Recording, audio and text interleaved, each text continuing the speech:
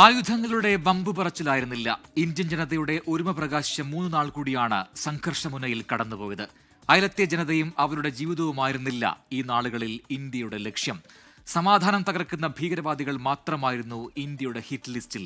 ഭീകരവാദികളുടെ പ്രകോപനത്തിന് അവസാനമില്ലെങ്കിലും സമാധാനത്തിന്റെ വഴി രാജ്യം സ്വീകരിച്ചത് ഈ നാടിന്റെ മനസ്സറിഞ്ഞുകൂടിയാണ്. മനസ്സിന്റെ ഭാരമേറ്റിയ ആ 3 ദിവസം നമ്മുടെ രാജ്യത്തിന്റെ ആത്മസംയമനത്തിന്റെയും പ്രതിഫലനമാണ്.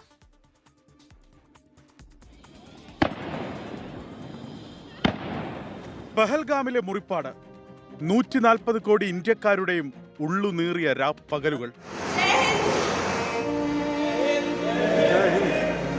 കണ്ണും പൂട്ടി തിരിച്ചടിക്കാനുള്ള ശേഷി ഇന്ത്യക്കുണ്ട്. എന്നാൽ ആയുധം കൊണ്ടായിരുന്നില്ല മറുപടി, നയതന്ത്രമായിരുന്നു ഇന്ത്യൻ വഴി. പക്ഷെ അതുകൊണ്ടും അതിർത്തിക്കപ്പുറമുള്ളവർ പഠിച്ചില്ല. പാകിസ്ഥാന്റെ സേനയും ഭീകരവാദികളും കശ്മീരിലെ നിഷ്കളങ്കരായ ജനത്തെ ഉന്നമിട്ട് നടത്തിയ അതിക്രമങ്ങൾ ആവർത്തിച്ചുകൊണ്ടേയിരുന്നു. ഇതിനുള്ള മറുപടിയായിരുന്നു മെയ് 7 പുലർച്ചെയുണ്ടായത്. ഓപ്പറേഷൻ സിന്ധു.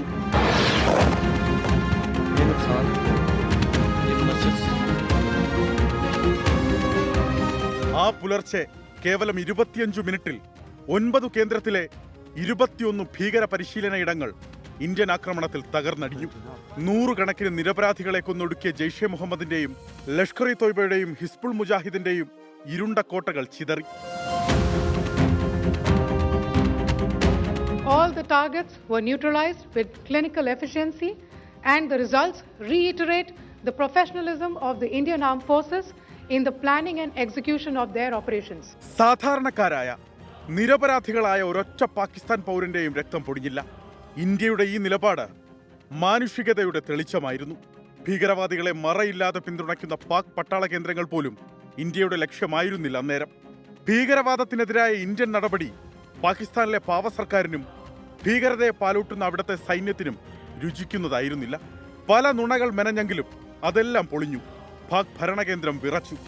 എന്നിട്ടും സമാധാനത്തിന്റെ വഴിയെ നടന്നില്ല. ഇന്ത്യ ഭീകരതയെ ആക്രമിച്ചപ്പോൾ പാകിസ്ഥാൻ ലക്ഷ്യമിട്ടത് അതിർത്തിയിലെ പാവപ്പെട്ട ജനതയെ. പൂഞ്ചിലും ബാരാമുള്ളയിലും ഉറിയിലും കുപ്വാരയിലുമെല്ലാം പാക് പ്രതികാരത്തിന്റെ ഷെല്ലുകൾ പതിഞ്ഞു.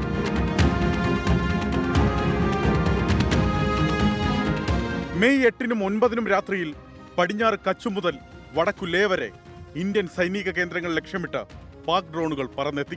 ഇന്ത്യൻ പ്രതിരോധ സംവിധാനങ്ങൾ അവയെ നിലം തൊടിയിക്കാതെ നിലം പരിശാക്കി. ആ രാത്രിയിലെ പാകിസ്ഥാൻ ആക്രമണം അന്താരാഷ്ട്ര യാത്രാ വിമാനങ്ങളെ മറയാക്കിയായിരുന്നു. ഇന്ത്യൻ തിരിച്ചടിയിൽ പാക് വ്യോമമേഖലയിൽ പറക്കുന്ന വിമാനങ്ങൾക്ക് നാശം സംഭവിച്ചാൽ ലോകത്തിനു മുന്നിൽ ഇന്ത്യയെ ഒറ്റപ്പെടുത്താമെന്ന നീച തന്ത്രം. 1750 hours and landed later at Lahore at 2110 hours in the night. സമാധാനമാണ് വഴി.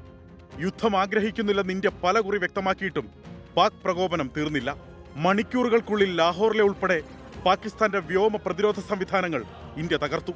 ഇന്നലെ രാത്രിയും പാകിസ്ഥാന്റെ ആക്രമണം തുടർന്നു.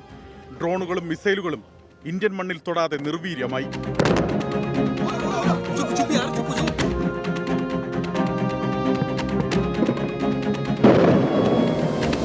സംഘർഷത്തിന്റെ 3 രാപ്പകലുകളിൽ ഡൽഹി കൂടിയാലോചനകളുടെ തിരക്കിലായിരുന്നു.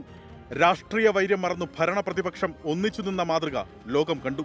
സംയമനത്തിന്റെ പ്രതീക്ഷ നിറഞ്ഞ വാക്കുകളായിരുന്നു രാജ്യ തലസ്ഥാനത്ത് നിന്ന് വന്നുകൊണ്ടിരുന്നത്. സംഘർഷത്തിന്റെ തുടക്കം മുതൽ പറയുന്ന സമാധാനമെന്ന ഇന്ത്യൻ നിലപാട് ഒടുവിൽ വിജയത്തിലെത്തി. That both sides would stop all firing and military action on land and in the air and sea with effect from 1700 hours Indian Standard Time today.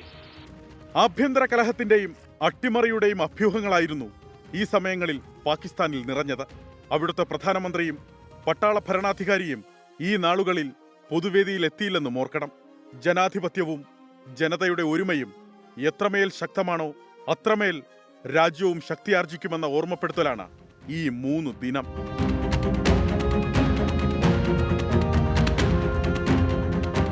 News desk 24.